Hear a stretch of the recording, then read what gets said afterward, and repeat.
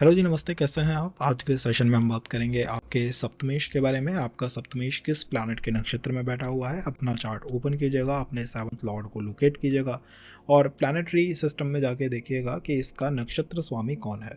दोनों के बारे में बात करेंगे, नक्षत्र स्वामी के बारे में भी बात करेंगे और नक्षत्र के बारे में भी बात करेंगे। अल्टीमेटली हमें क्या मिलेगा? हमें 3 प्रॉब्लम्स का आंसर मिलेगा।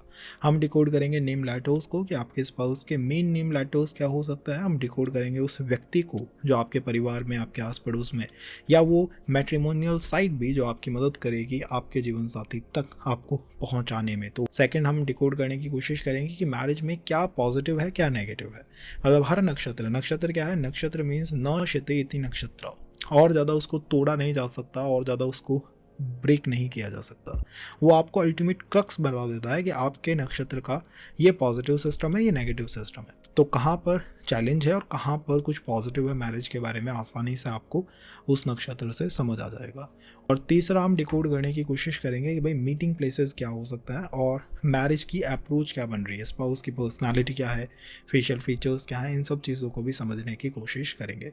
जहाँ तक नेम लेटर्स के बारे में बात आती है, we are going to use the SVB चक्र का हम यूज़ करेंगे, जिससे कि हमें हर नक्षत्र के कुछ मेन नेम लेटर्स मिल जाते हैं। इसी के साथ ये नक्षत्र, ये जो चक्र है, ये आपकी मदद करता है कुछ और चीज़ों को समझने की, जैसे राशियाँ कौन सी हो सकती हैं, प्लेस कौन सा हो सकता है, डायरेक्शन कौन सी हो सकती हैं, किस डायरेक्शन से आ सकता है, आस पड़ोस से है, दूर से, इन चीज़ों के बारे में भी ये डेफिनेशन देता है। कोशिश करेंगे ज़्यादा से ज़्यादा तब पॉइंट हमारे जो है इस सेशन के अंदर कवर हो जाए। और नेम लेटर्स के बारे में आप चेक कर सकते हैं चार्ट ऑफ शाहरुख खान का 7th लॉर्ड किस नक्षत्र में है? शतभिषा नक्षत्र में है। शतभिषा के नेम लेटर्स में जी नेम लेटर आता है, जो कि उनके स्पाउस का नेम लेटर है। हेमा मालिनी के चार्ट को अगर आप देखते हैं तो उनका 7th लॉर्ड किस नक्षत्र में है? इनका 7th लॉर्ड मघा के अंदर है। शनि जो है मघा में है। मघा नेम लेटर्स में जो नेम लेटर आता है D, that defines the partner को डिफाइन करता है। और जिस तरह का वो नक्षत्र है, अल्टीमेटली स्वभाव में, जीवन साथी के स्वभाव में, मैरिज के प्री मैरिज में, पोस्ट मैरिज में वो चीज़ें देखने को मिलती हैं। ये ध्यान रखिएगा गाइस कि ये एक एजुकेशनल कंटेंट है। तो ऐसा नहीं है कि हम ये कहें कि भाई बिना चार्ट को एनालाइज करें केवल यही नेम लेटर्स आपके स्पाउस के होंगे ना, वो हम प्रेडिक्ट नहीं कर रहे या वो हम कंफर्मेशन आपको नहीं दे रहे।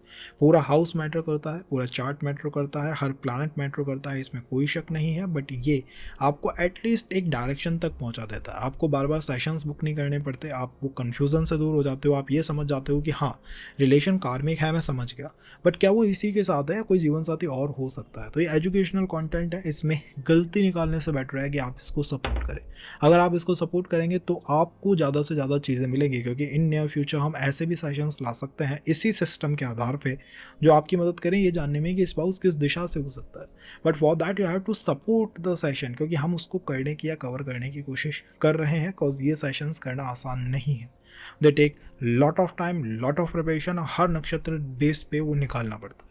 ठीक है, तो आप अगर उसको सपोर्ट करते हैं, अप्रिशिएट करते हैं, तो आई थिंक सो कि हम इन नियर फ्यूचर और ऐसे सेशंस आपको प्रोवाइड करेंगे, जिससे कि आप अपने घर के कंफर्ट में अपने फ़ोन पे आराम से एक अच्छी ओवरव्यू, एक अंडरस्टैंडिंग अपने संबंध के बारे में बना पाएंगे, जो कि लोग मैरिज के बाद या चार्ट मैचिंग के बाद में नहीं बना पाते। इवन चार्ट मैचिंग के बाद भी रिलेशंस फेल कर जाते हैं। बट आपको इतनी इन्फॉर्मेशन होगी जितनी कि आप जिस एस्ट्रोलॉजर के पास चार्ट दिखाने जा रहे हैं शायद उसको भी।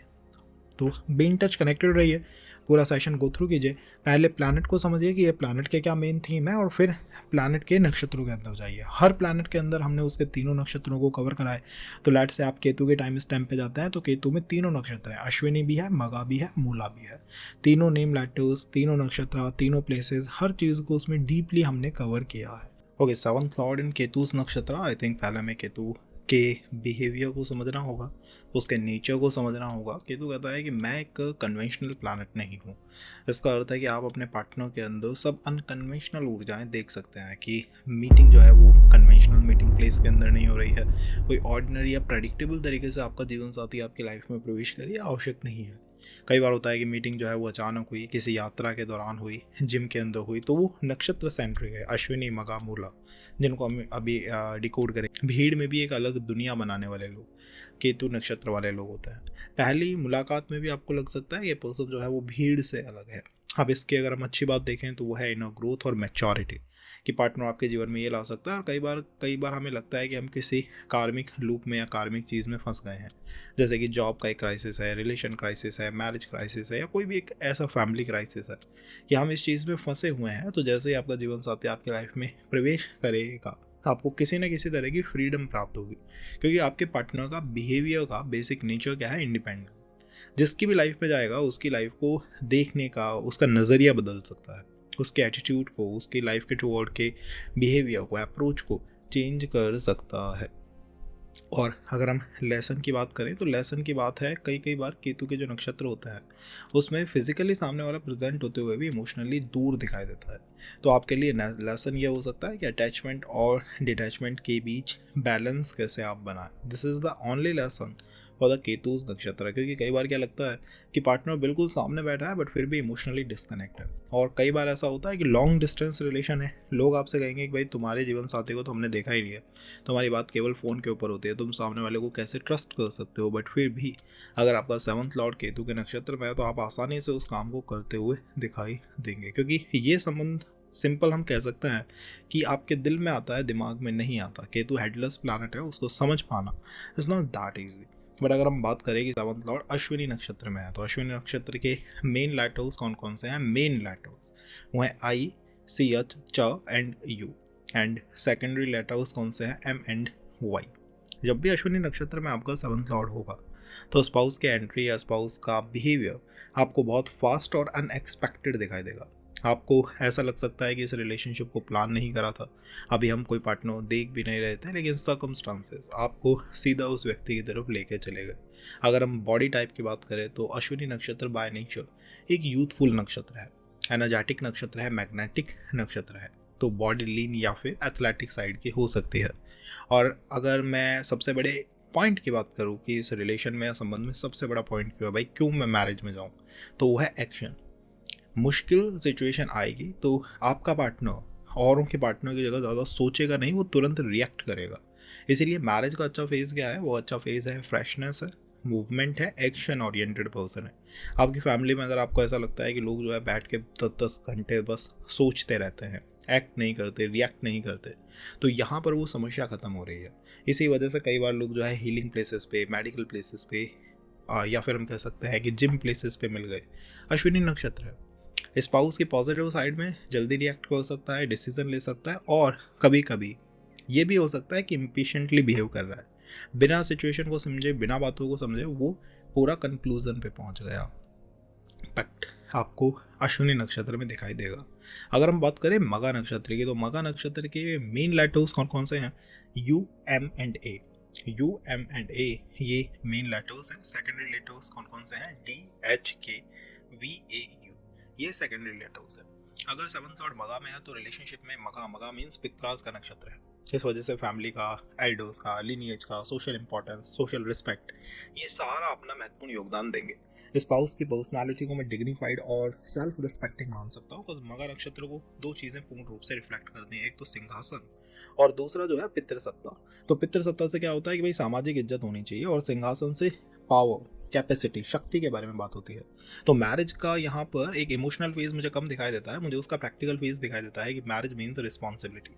स्पाउस फैमिली और रिलेशनशिप को सीरियस लेने वाला होगा। और मैरिज के जस्ट बाद आपको क्या दिखाई देगा? आपको दिखाई देगा फैमिली स्टेटस में या सोशल रिस्पेक्ट में एकदम से कोई बूम आया है। और मगा का चैलेंज भी क्या होता है? Ego and family expectations. आप एक ऐसी सिचुएशन में है, ऐसी व्यवस्था में है जिसमें आपको ये देखने को मिलता है कि मेरा 7th लॉर्ड मगा नक्षत्र में क्या आया, मेरे लिए संबंध मैं और मेरे पार्टनर के बीच का रहा ही नहीं। इसमें मैं हूँ, फैमिली है, सामने वाले की फैमिली है, वो व्यक्ति है, मतलब बहुत सारे लोग इन्वॉल्व हो गए हैं। और मैरिज से अल्टीमेट ऑब्जेक्टिव जो हम अचीव करना चाहते हैं, बीट वी और बीट द फैमिली, वो क्या है? It is all about the social respect, सामाजिक इज्जत के बारे में। अपने चार्ट में ये देखो कि कहीं आपका चार्ट सूर्य एफ्लिक्टेड तो नहीं है। जैसे सूर्य आपका पीड़ित है, राहु के साथ है, केतु के साथ है, छठे भाव में है, शनि के साथ है, एफ्लिक्शंस के अंदर है। क्योंकि अगर चार्ट के अंदर कहीं भी पितृदोष हो और 7th लॉर्ड मगा नक्षत्र में हो तो मैरिज में अनएक्सपेक्टेड डिले देखने को मिलता है, अनएक्सपेक्टेड इवेंट देखने को मिलता है। और कई बार तो हम ये भी देखते हैं कि संबंध बना बट सोशल रिस्पेक्ट बढ़ाने की जगह उसने डिक्लाइन फेज में डाल दी। ऑलराइट, तो ये 3 चीज़ें पहले ही चेक कर लेनी चाहिए। बात करते हैं 3rd नक्षत्र ऑफ केतु, दैट इज मूला। मूला के प्राइमरी लेटर्स कौन कौन से हैं? वाई, एन एंड भ। बी एच एक साथ भा। एंड सेकेंडरी लेटर्स कौन कौन से हैं, डी एंड एच। अगर किसी का सेवंथ लॉर्ड मूला में होगा तो स्पाउस लाइफ में किसी मेजर ट्रांसफॉर्मेशन के समय आ सकता है, बिकॉज मूला नक्षत्र is all about greatest possible transformation. आप अगर अपने रिलेशन को, अपने संबंध को, अपने अपने कनेक्शन को एक पुरानी फिलॉसफी पे, पुराने ढर्रे पे चलाना चाहते हैं तो शायद वो नहीं चल पाए। बिकॉज मूला नक्षत्र आपसे क्या कहता है, मूला नक्षत्र आपसे कहता है कि ट्रांसफॉर्मेशन होगा ही होगा। कई बार व्यक्ति जब किसी परेशानी में है, किसी पर्टिकुलर ट्रबल में है, कोई कोई बड़ा उसके साथ क्राइसिस चल रहा है, तब उसको देखने को मिलता है कोई रिलेशनशिप बन गया, वो मूला नक्षत्र ड्रिवन रिलेशनशिप होता है। और रिलेशनशिप का जहाँ तक मैं मानता हूँ, उसके अंदर जो आपको पर्सनालिटी मिलने वाली है वो कन्फर्म इंटेंस होगी।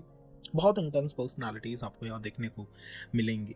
इस प्लेसमेंट का अच्छा फेज ही ट्रांसफॉर्मेशन है। अब फिजिकल फीचर्स की बात छोड़िए, क्योंकि वहाँ तो सारे फीचर्स आपको मार्शियन एंड केतु ओरिएंटेड दिखाई देंगे कि पर्सन जो है मतलब एक शार्प जॉ लाइन है, एक लीन बॉडी है, एक डोमिनेंट बॉडी है, असर्टिव बॉडी है, या आप कह सकते हैं मस्कुलर बॉडी है, ये सारी चीज़ें। बट मेन फीचर क्या है, मेन फीचर है ट्रांसफॉर्मेशन। आप अगर अपनी लाइफ में किसी ऐसे फेज में हो जिसमें लाइफ में बहुत बड़ा ट्रांसफॉर्मेशन हो रहा है, आपने एक सिटी से दूसरी सिटी गए, एक घर से दूसरे घर गए, एक कॉलेज से दूसरे कॉलेज, मतलब एक बड़ा चेंज आपकी लाइफ में हो रहा है, तो उसी फेज में आपके जीवन में कोई जीवन साथी आ सकता है। इसके चांसेस बहुत एक्सट्रीम होते हैं। और इसका जो चैलेंज है वो क्या है, या क्या प्रॉब्लम यहाँ रह सकती है, वो रह सकती है स्टेबिलिटी। मतलब कई बार होता है ना कि आपकी फैमिली आपको फोर्स कर रही है कि भाई तुम्हारा जो संबंध है वो सामान्य तरीके से बन ही नहीं पा रहा, तुम्हारी शादी में, तुम्हारे विवाह में हम सब लग गए हैं, लेकिन फिर भी हमें कुछ होता हुआ नहीं दिखाई दे रहा। मतलब जहाँ पर भी ऐसे लोग आपके परिवार में हैं जो स्टेबिलिटी को या ज़्यादा जो है हलचल भाग दौड़ को उन्हें पसंद नहीं है, तो वहाँ ये मूल नक्षत्र आपको परेशान करता हुआ भी दिखाई दे सकता है। चार्ट में बस इतना देखो कि आपका 8th हाउस कैसा है।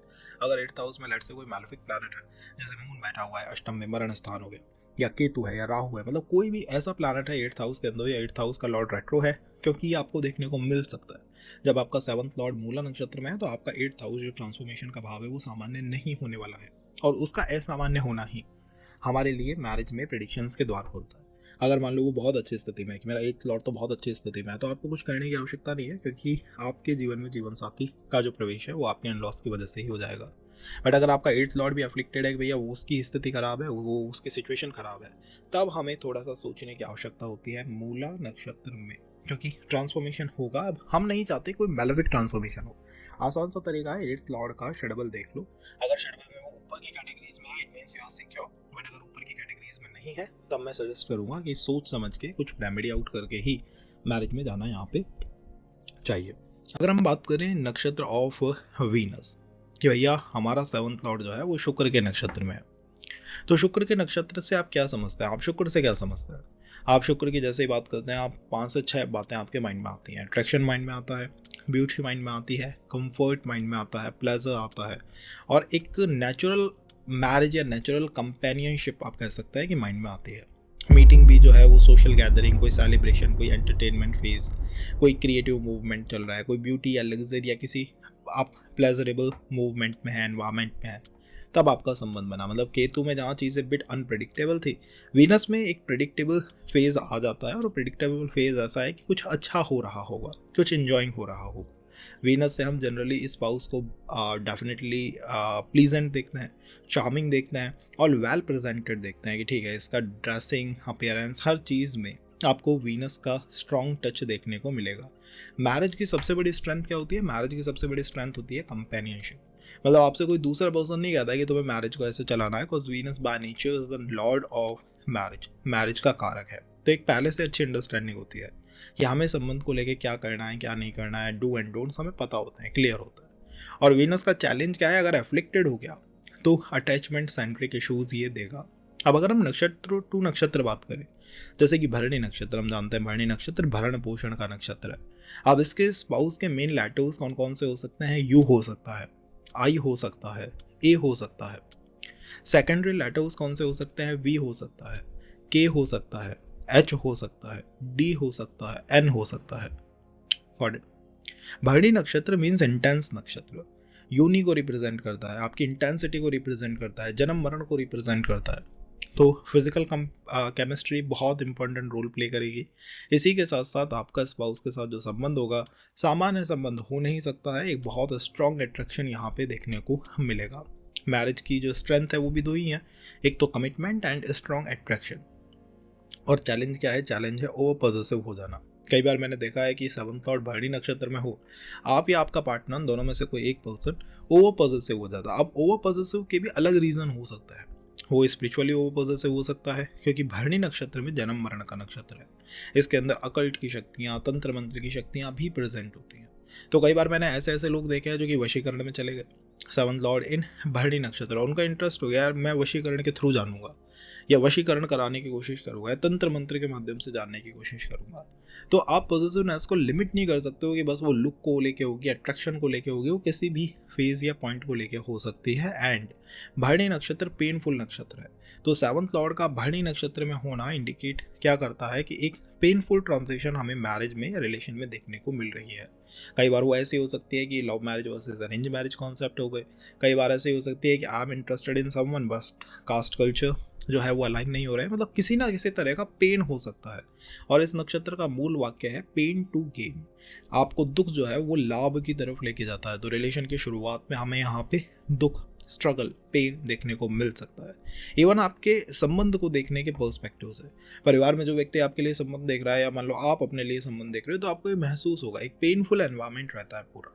शुरू में हो सकता है कि 2-3 आप जो है बेकार लोगों से मिल रहे हो, आप मैट्रिमोनियल प्लेट से मिल रहे हो, आपका वीनस जो है वो आपका ये जो सेवंथ लॉर्ड है 11th में बैठा है, ठीक है, और भरण नक्षत्र के अंदर बैठा है, लेट्स से दैट। अब आप मिल रहे हो मैट्रिमोनियल के थ्रू, लेकिन वहाँ पे भी वो पेनफुल फेज रहेगा शुरुआत में आपको 2-3 लोग ऐसे देखने को मिलेंगे जो आपसे ऐसे क्वेश्चन कर ले कि आपका इंटरेस्ट ही मैरिज की तरफ खत्म हो जाए। But pain to gain is the approach of this nakshatra. अगर हम बात करें अबाउट पूर्वा फाल्गुनी, तो पूर्व फाल्गुनी के मेन लेटर्स हैं एम, टी एंड यू, और सेकेंडरी लेटर्स हैं जे, आई एंड एल, ये सेकेंडरी लेटर्स हैं। पूर्व फाल्गुनी इज आप कह सकते हैं पार्टी नक्षत्र, ये पार्टी करने का नक्षत्र है, एंजॉयमेंट का नक्षत्र है, स्पाउस रोमांस का, कंफर्ट का, एंजॉयमेंट का, लग्जरी का नक्षत्र आप इसको कह सकते हैं। और जैसा मैंने कहा पार्टी, तो पार्टी अकेले तो हो नहीं सकती है, इसका अर्थ है कि सोशल गैदरिंग होगी, सेलिब्रेशन होगा, एंटरटेनमेंट होगा, या किसी ऐसे एनवायरनमेंट में हम मिलेंगे जैसे फैमिली गेट टुगेदर। अब आप कहेंगे कि मेरा दारा कारक तो बैठा हुआ है आप सेकेंड हाउस के अंदर, तो अब मैं पार्टी करते हुए कैसे मिलूंगा?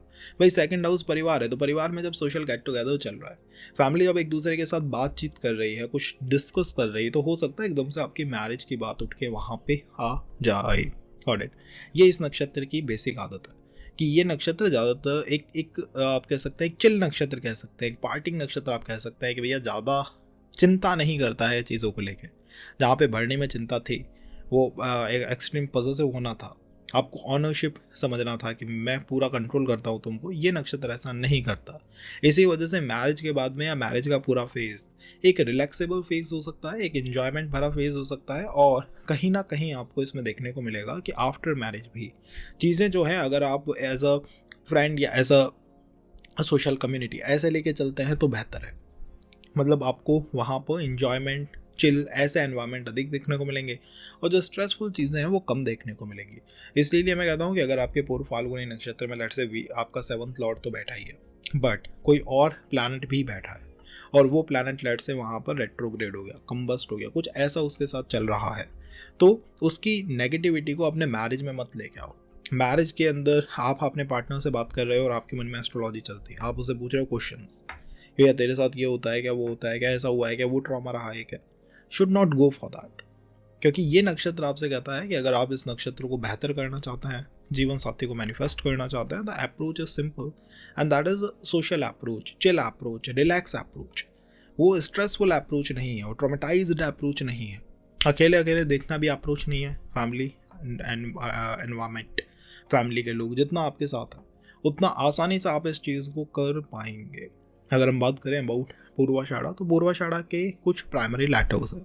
कौन कौन से लेटर्स हैं? B, Y and J. B, Y and J ये प्राइमरी लेटर्स हैं, एंड सेकेंडरी लेटर्स हैं K, E, R and S. K, E, R and S ये सेकेंडरी लेटर्स हैं। अगर 7th लॉर्ड पूर्वाषाढ़ा नक्षत्र में होगा तो स्पाउस आपको confident, socially attractive and goal oriented दिखाई देगा। उसमें स्ट्रॉन्ग बिलीफ सिस्टम दिखाई दे सकता है, और मैरिज की स्ट्रेंथ भी एम्बिशंस एंड डिटर्मिनेशन इन पे डिपेंड करती है। स्पाउस आपसे हमेशा कहेगा कि भैया तुम्हें आगे बढ़ना है, तो आगे बढ़ने के लिए मोटिवेट करता है, सोशल कॉन्फिडेंस बढ़ाता है। और जो मैंने चैलेंज देखा है पूर्वाषाढ़ा नक्षत्र का, वो है स्टबॉर्न होना।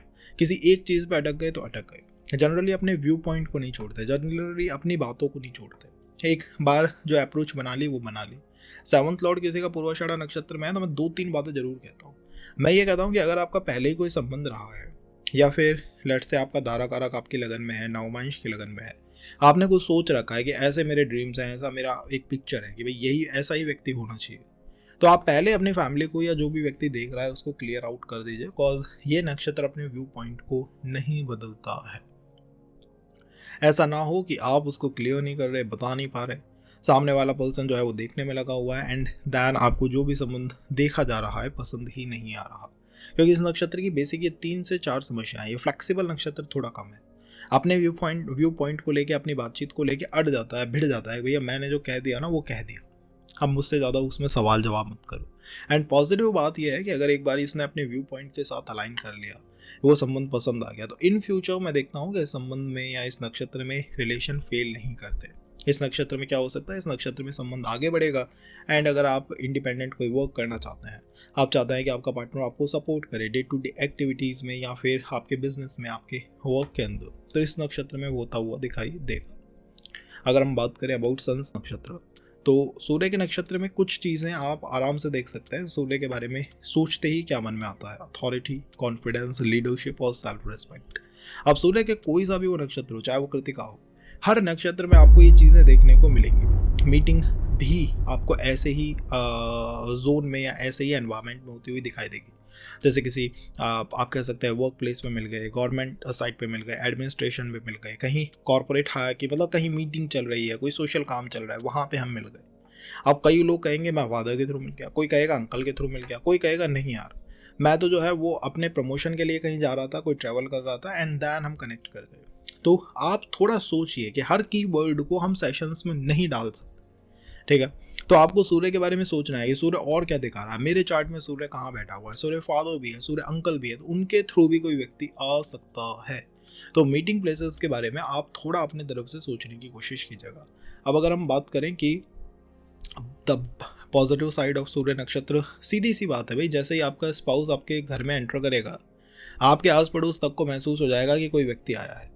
इस वजह से 7th लॉर्ड सूर्य के नक्षत्र में हो तो कहीं ना कहीं मैरिज के बाद आप अपने भी नेम फेम को अप होता हुआ देखते हैं, ठीक है। ये एक शक्ति मिलती है इससे इनहेरेंट कि यहाँ कुछ मदद होगी, कुछ सपोर्ट मिलेगा।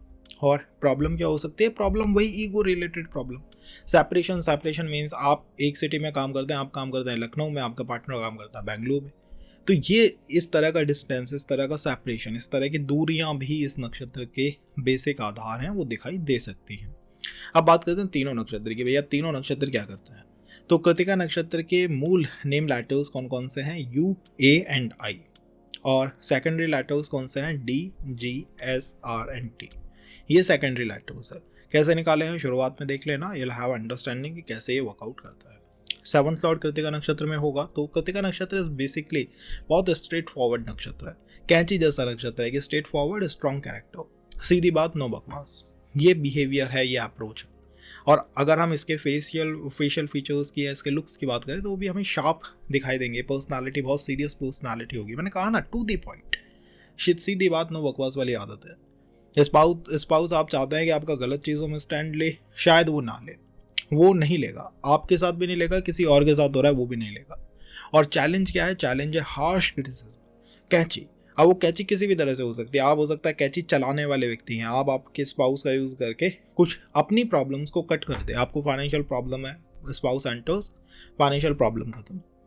आपको फैमिली प्रॉब्लम है, स्पाउस एंटर्स, फैमिली प्रॉब्लम खत्म, ठीक है। तो कैंची, you are using that, you are cutting something, भैया कोई प्रॉब्लम थी मैंने कट कर दी।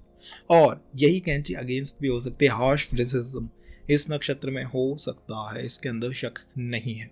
Got it. या वाणी ऐसे हो सकती है, बोलना ऐसा हो सकता है कि भैया जब भी डिस्कशन होता है ना, मैं कुछ पॉइंट कहता हूँ उससे पहले वो कट कर देता है सामने वाला। अब कहीं मीटिंग प्लेसेस के अंदर कृतिका नक्षत्र कैसे मैनिफेस्ट करेगा, तो अब कृतिका कैची है तो कैची पे तो मिलेंगे नहीं, ठीक है, वो ऐसा पॉइंट थोड़ी कह सकते हैं। लेकिन जब भी हम किसी एक चीज़ से बिल्कुल डिस्कनेक्ट कर रहे हैं, जैसे कि मान लो आपके पास एक नई जॉब की ऑफर आती है, पुरानी जॉब को आपने कंप्लीटली छोड़ा, नई जॉब ज्वाइन करी, एक चीज़ को जैसे ही एक चीज़ खत्म होती है और हम किसी नई चीज़ में जाते हैं, नए पॉइंट पे जाते हैं, वैसे ही कोई संबंध बन सकता है। तो कई लोग कहेंगे जैसे ही हम ऑफिस छोड़ते हैं ना, एक ऑफिस से दूसरे में शिफ्ट करा, वैसे ही कोई संबंध बनता है। उसके बाद फिर 6 मंथ तक नहीं बनता, लेकिन उस समय बन जाता है। क्यों बन जाता है? क्योंकि एकदम से कृतिका मैनिफेस्ट करा है।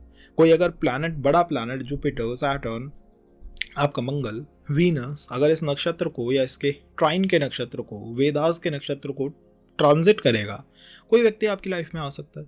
या फिर मान लीजिए घर में कोई ऐसा व्यक्ति है कृतिका टाइप ऑफ, जैसे कि आपके मदर साइड फैमिली का कोई व्यक्ति, ठीक है, वो कैसा है, उसकी जबान कैंची की तरह चलती है, ठीक है, कृतिका मतलब उसमें ये प्रेजेंस दिखाई देती है आपको इस नक्षत्र की, तो वो आपकी मदद कर सकता है, कम्स टू संबंध या रिलेशन। इसके बाद बात करते हैं उत्तरा फाल्गुनी की। तो उत्तरा फाल्गुनी के देखिए नेम लेटर्स हैं P, T and M. Secondary letters हैं B, H and C, H, भ एंड च। सेवंथ लॉर्ड उत्तरा फाल्गुनी में होगा तो स्पाउस कमिटमेंट और रिस्पॉन्सिबिलिटी को सीरियसली लेगा ही लेगा। पर्सन यहाँ पे डिग्निफाइड एंड डिपेंडेबल आपको दिखाई देगा, और मैरिज को भी आप कह सकते हैं कि इसकी स्ट्रेंथ जो है वो लॉयल्टी है, हम लॉयल हैं एक दूसरे के प्रति। इस वजह से कई बार ये जो नक्षत्र है वो आपको मैलेफिक टाइम्स में या बेकार टाइम्स में छोड़ के नहीं भागता।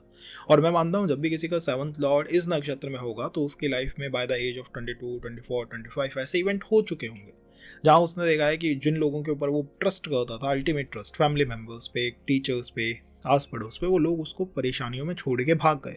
बट आपका पार्टनर शायद ये ना करे। Got it?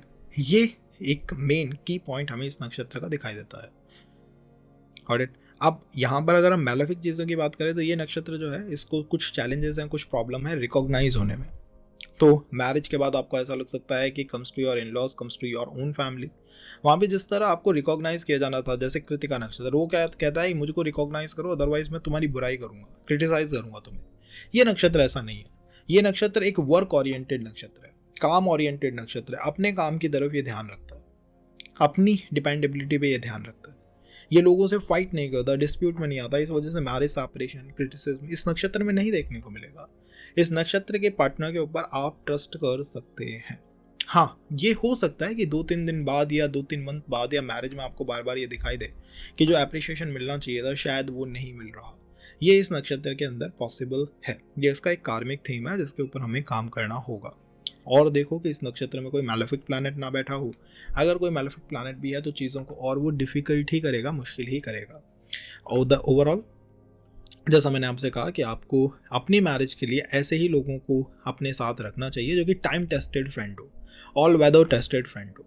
आपको लगता है कि यार ये अंकल हैं हमारे घर के अंदर, ये ऐसे हैं जिन्होंने हमारे साथ मुश्किलों में दिया था, तो you better keep that person with you. But अगर आपको लगता है नहीं यार इन लोगों ने साथ ही नहीं दिया और आप उन्हीं से कह रहे हो कि भैया मेरे लिए कोई जीवन साथी ढूंढो, इट विल नॉट वर्कआउट नहीं करने वाला है। आप जहां पर भी ये फील करते हैं कि मैं इस चीज़ पे ट्रस्ट कर सकता हूँ अल्टीमेटली, चाहे वो एस्ट्रोलॉजर भी क्यों ना हो, डिपेंडेबिलिटी कि मुझे छोड़ के बीच में नहीं भागना है, वो पर्सन आपकी मैरिज में मदद करता हुआ आपको दिखाई देगा। अभी हमने नेम लेटर्स पे एंड कार्मिक सिस्टम पे नेम पूरा रखा है, मैरिज के गुड एंड बैड पॉइंट्स को देखा है। इसके बाद हम उसके फेशियल फीचर्स को एंड ऑल डिटेल्स को भी कवर करेंगे if you want to have that. अगर हम बात करते हैं third nakshatra of the planet and that is Uttarashadha, ठीक है। अब ये क्या नक्षत्र इंडिकेट करता है? इंडिकेट करता है कि मेन नेम लेटर्स क्या हो सकते हैं, जे हो सकता है, बी एच हो सकता है, भ हो सकता है, ख हो सकता है, के एच एंड एक साथ एंड जी। तो जे बी एच एक साथ आ रहा है, जी एच एंड जी, ये नेम लेटर्स प्राइमरी हैं and secondary name letters and V and P. अब ये हो सकता है कि स्पाउस के नेम लेटर्स हो या फिर उन लोगों के हो जो कि आपकी मदद कर रहे हैं स्पाउस के साथ कनेक्ट कराने में। इवन कई मैट्रिमोनियल साइट, हर मैट्रिमोनियल साइट के कुछ आपको नेम दिखाई देता है ना, शुरुआत में इसका ये नेम है, उसका वो नेम है, तो वहाँ पे ये आपको मदद करेगा एक नॉलेज बेस्ड डिसीजन मेकिंग में, कि मैं बस फ्लो में डिसीजन नहीं ले रहा हूँ, मेरे पास कुछ नॉलेज है, उसके आधार पे मैं डिसीजन मेकिंग कर रहा हूँ। अब अगर हम इस नक्षत्र की बात करें तो सूर्य के नक्षत्रों में जो नेचर है उनका, कि आप उनके ऊपर ट्रस्ट कर सकते हो, वो लॉयल हैं, उनके अंदर अच्छे प्रिंसिपल्स हैं और कहीं ना कहीं लॉन्ग टर्म ओरिएंटेड हैं, उनकी कमिटमेंट बहुत स्ट्रॉन्ग आपको देखने को मिलती है। मैरिज की जो स्टेबिलिटी है वो भी मैं काफ़ी अच्छी मानता हूँ और लॉन्ग टर्म थिंकिंग मानता हूँ। लेकिन पर्टिकुलर चैलेंज इस नक्षत्र का क्या है? रिजिड होना। रिजिड होने का मतलब है कि स्पाउस अपने बिलीव को या अपने प्रिंसिपल्स को लेके बहुत फिक्स है, आप उसको बदल नहीं पा रहे हो। इसलिए यहाँ पर सबसे बड़ी समस्या है कॉम्प्रोमाइज़ करना दोनों के बीच में। मतलब सूर्य मीन्स ईगो है, ठीक है। अब वो ईगो किसका है? पैसे का है क्या? बातचीत का है क्या? लड़ाइयों का? नहीं। यहाँ पे ईगो सेंटर हो रहा है किसके ऊपर, कि भैया तुम जो है वो अपने प्रिंसिपल्स के साथ कॉम्प्रोमाइज़ करोगे या नहीं करोगे। तो ऐसे बार बार आपको फेजेस दिखाई देंगे जिसमें कि मान लो आप रिलेशन के अंदर हैं, आपका सेवंथ लॉर्ड इस नक्षत्र में है, तो क्या होगा कि आप या आपके पार्टनर की लाइफ में ऐसे इवेंट होते हैं, ऐसी चीज़ें होती हैं जो आपको टेस्ट करते हैं। टेस्ट कैसे करते हैं कि तुम कॉम्प्रोमाइज़ करोगे या नहीं करोगे, चेंज करोगे या नहीं करोगे। जैसे आपका मन है कि भैया आप जो आपका जीवन साथी है, जिसके साथ आप कनेक्शन में, रिलेशन में, आप कह रहे हैं कि तुम घर छोड़ दो, हम किसी दूसरी सिटी में रहते हैं, फैमिली के साथ नहीं रहना है, तो यहाँ पे कॉम्प्रोमाइज़ करना, इस ऑफिस में नहीं रहना, यहाँ पे कॉम्प्रोमाइज़ करना, मैं काम करूँगा या करूँगी in after marriage also compromise करना, ये आपको दिक्कत देखने को मिलेगी। कमिटमेंट में, चीटिंग में, फ्लर्ट में ये नक्षत्र नहीं है, ये नक्षत्र है कॉम्प्रोमाइज़ करने में। तो उस फेज़ को आने ही मत दो जिसमें दो लोगों को एक कॉम्प्रोमाइज़ फेज़ में आना पड़े।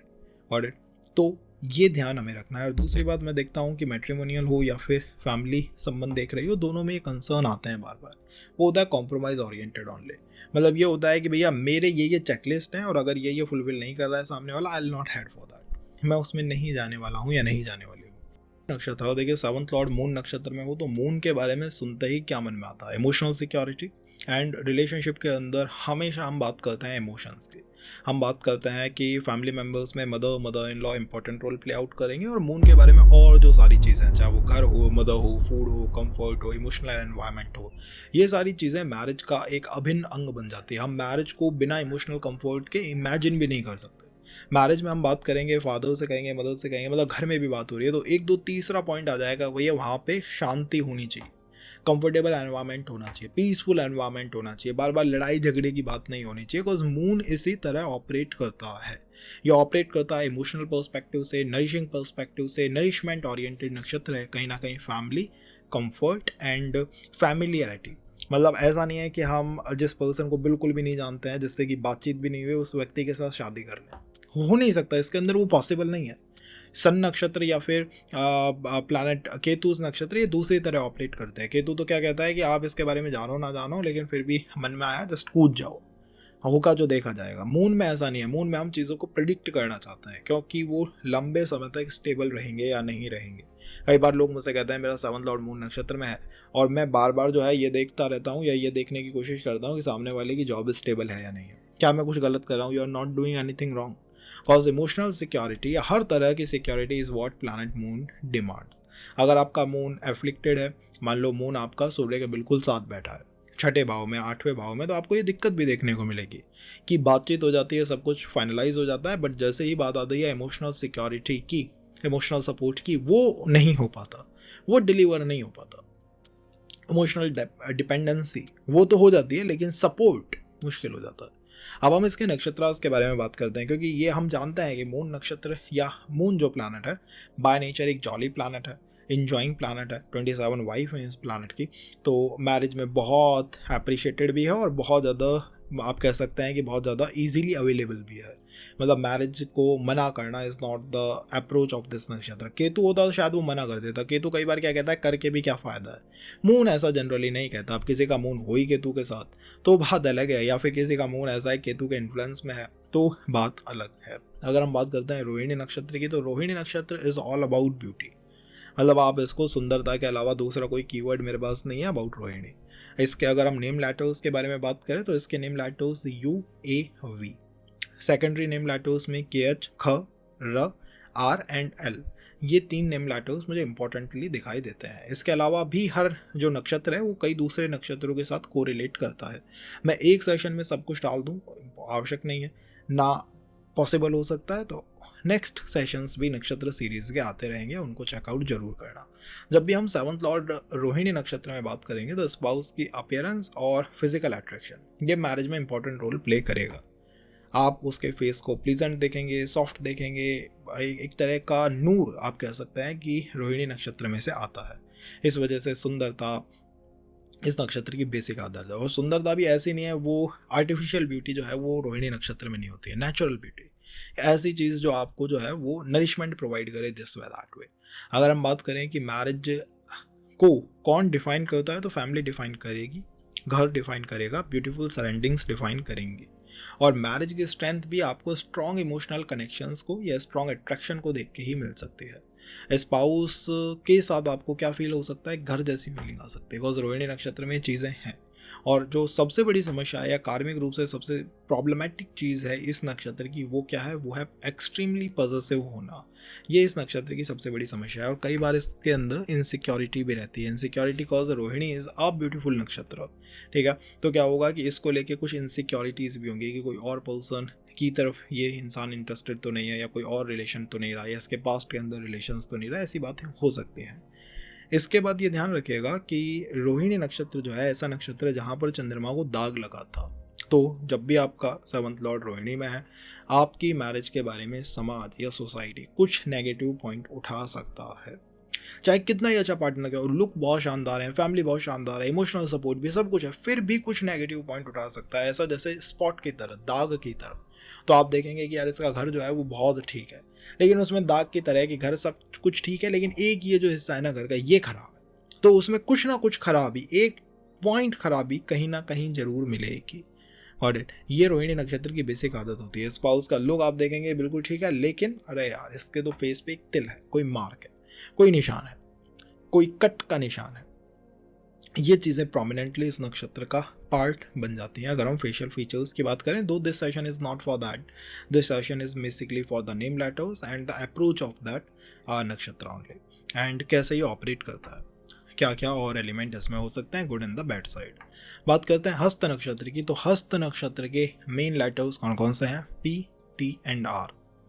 सेकेंडरी लेटर्स के अंदर डी एंड वाई। ये इस नक्षत्र के मेन लेटर्स के अंदर आता है। सेवंथ लॉर्ड आपका हस्त नक्षत्र में है, तो सबसे स्ट्रॉन्ग क्वालिटी क्या है? मैरिज की कैपेबिलिटी, क्योंकि हस्त मीन्स आपकी स्किल्स, ठीक है? स्किल्स के बारे में ये बात करता है। तो पार्टनर या आप, मतलब सामने वाला जो व्यक्ति है, मल्टी स्किल्ड पर्सन होगा। एक काम नहीं, कई कामों को एक साथ हैंडल करने की क्षमता, स्ट्रेंथ इस पर्सन की दिखाई देगी। और मैरिज की सबसे बड़ी स्ट्रेंथ भी आप कह सकते हैं कि फिजिकल सपोर्ट आपको या प्रैक्टिकल सपोर्ट आपको यहाँ मिलता है। और इस नक्षत्र का चैलेंज क्या है? इस नक्षत्र का चैलेंज है कंट्रोल। या इस नक्षत्र का सेकंड चैलेंज आप कह सकते हैं कि आपसे कुछ बातें छुपाई जाती हैं या हिडन रखी जाती हैं। ये भी मैंने हस्त नक्षत्र में होता हुआ देखा है। तीन प्रॉब्लम्स देखी हैं। एक तो है कंट्रोल, दूसरा है कि भैया चीज़ें छुपाई जाती हैं, इन्फॉर्मेशन छुपाई जाती है, और कई बार सामने वाला इतना ज़्यादा स्किल्ड होता है, मल्टी स्किल्ड होता है कि हम अपने आप को थोड़ा सा लोअर अप देखते हैं। क्या कई बार मैंने देखा है, मेल हो या फीमेल हो, अगर आपका सेवंथ लॉर्ड हस्त नक्षत्र में है ना, गुड थिंग इज कि आपका पार्टनर एक नहीं मल्टीपल तरीके से कमा सकता है। लुक में बहुत अच्छा दिखाई देगा, घर बहुत अच्छा हो सकता है पर्सन का, एंड कहीं ना कहीं उसके हाथों के अंदर एक हीलिंग कैपेसिटी आपको देखने को मिलेगी। हीलिंग कैपेसिटी का मतलब है कि भैया कोई भी प्रॉब्लम आती है, कोई भी समस्या आती है, ये पर्सन सबसे पहले मदद करने पहुंच जाता है। ये एक बेसिक नेचर है इस नक्षत्र का। बट दिक्कत कहाँ आती है? दिक्कत आती है कंट्रोल से, दिक्कत आती है चीज़ों को छुपाने से, और दिक्कत कई बार आती है कि मैं इसके सामने अपने आप को एक इन्फीरियर फील करता हूँ। तो इन्फीरियर कॉम्प्लेक्स भी इस नक्षत्र में कई बार जन्म ले जाता है। जो नेम लेटर्स मैंने बताए हैं, पार्टनर के भी हो सकते हैं और जिसके थ्रू मिल रहे हो उसके भी हो सकते हैं। अगर हम बात करते हैं अबाउट श्रवण नक्षत्र, तो श्रवण के प्राइमरी लेटर्स कौन कौन से हैं? री, आर आई, एक साथ री आता है जो, एंड ख, के एच एंड आई, ये प्राइमरी लेटर्स हैं। सेकेंडरी लेटर्स में जी, एस, डी, च, एल एंड यू, ये नेम लेटर्स आते हैं। श्रवण नक्षत्र इज ऑल अबाउट सुनना, मतलब ये कोई रॉकेट साइंस नहीं है, श्रवण मीन्स सुनना। तो क्या इच्छा होती है कि स्पाउस जो है मेरी बातों को सुनने वाला हो, समझने वाला हो। मैंने सेवंथ लॉर्ड जिनका श्रवण में देखा है, उनकी फैमिली में भी एक पैटर्न देखा है कि वहाँ पर लोग एक दूसरे की सुनते नहीं हैं। तो ये पर्सन शुरुआत से सोचता है यार ऐसे ही किसी संबंध में जाना है जिसमें कि कम्युनिकेशन इशू ना हो, लिसनिंग रिलेशनशिप, मतलब एक कम्युनिकेशन इशू नहीं है, लिसनिंग इशू नहीं है, सामने वाला पर्सन बात सुनता है और सुन समझ के ही रिएक्ट करता है, ऑपरेट करता है। कई बार आप मिलने के बारे में कहोगे तो श्रवण नक्षत्र जो है वो तो हम मानते हैं कि भाई किसी ऐसे फेज में जहाँ पर मान लीजिए कोई पब्लिक मीटिंग हो रही है, कोई कॉन्फ्रेंस हॉल है, आप कह लो कि ऑफिस में मिलोगे, आपका सेवंथ लॉर्ड बैठा है 10th हाउस में, तो आपसे किसी ने कहा है कि मिलोगे तुम ऑफिस में, ठीक है, लेकिन ये ऑफिस को और प्रिसाइज कर देता है कि ऑफिस में हम कब मिलेंगे, जब चेंज हो रहा है तब मिलेंगे नहीं, ये कहता है नहीं आप तब मिलेंगे जब कोई मीटिंग कॉन्फ्रेंस चल रही है, आप तब मिलेंगे जब वहाँ कोई ऑफिस मीटिंग चल रही है, कोई जूम मीट हो रही है। क्योंकि श्रवण की बेसिक स्ट्रेंथ क्या है, या आपको कब कोई पर्सन अट्रैक्ट करता है, तब करता है जब उसकी इंटेलेक्चुअल कैपेसिटी इतनी है कि वो आपकी बातों को सुन सके, समझ सके, एक लिसनिंग कैपेसिटी उसके साथ है या उसके पास है, वो आपकी बातों को सुनता है, समझता है, एंड देन गुड रिएक्ट करता है, बैड रिएक्ट करता है, बट सोच समझ के करता है। Got it? ये इस रिलेशन का या संबंध का एक मेन हम कार्मिक, आप कह सकते हैं फेज कह सकते हैं, आप इसको और कोई नेम दे सकते हैं, but ultimately what it means is कि ये इस रिलेशन को डिफाइन करने वाली स्ट्रेंथ है। पेशेंस कह लो, अंडरस्टैंडिंग कह लो, the way you want to say about it. और चैलेंज क्या है? चैलेंज है दूसरों के ओपिनियन से प्रभावित हो जाना, इस नक्षत्र का, श्रवण नक्षत्र का। और सेकंड, कई बार क्या हो सकता है कि वो पर्सन इतना ज़्यादा सुनता है कि वो आपकी बातें नहीं सुनता, और लोगों की भी सुनता है। तो बहुत लोग कान का कच्चा है साहब, दूसरों से प्रभावित हो जाता है। मदर इन लॉ ने कुछ कह दिया, मेरी जो सिस्टर इन लॉ है ना, उन्होंने भड़का दिया, किसी ने भड़का दिया होगा, कुछ कह दिया होगा। इस नक्षत्र में बहुत सुनने को मिलता है। हम तब सुनेंगे जब हमारा मून जो इस नक्षत्र का स्वामी है वो पीड़ित है, 6 भाव में, 8वें भाव में, तो लिख लो कागज पे, भैया मुझे सुनना है, ठीक है। ये औरों के ओपिनियन से प्रभावित है। तो अगर आपकी लड़ाई भी हो रही है ना किसी से, रिलेशनशिप में हो या मैरिज में हो, जस्ट टू से ये पूछो कि यार तुमको ये बात किसने बताई है, गॉट इट। और अगर ये आपका मून अच्छी स्थिति में, अच्छी पोजीशंस पे बैठा हुआ है, तो ये फियर या इनसिक्योरिटी वहीं खत्म हो जाती है, वहीं अपना दम तोड़ देती है। उम्मीद करता हूँ समझा पाया हूँ। एक ही सेशन में I am trying to cover it up, the name letters, the karma and the meeting and good and the bad side of that nakshatra. बात करते हैं मंगल के नक्षत्र की। तो मंगल मीन्स मंगल, मतलब जिसके आने से मांगलिक कार्य होना शुरू हो जाए, वही मंगल है।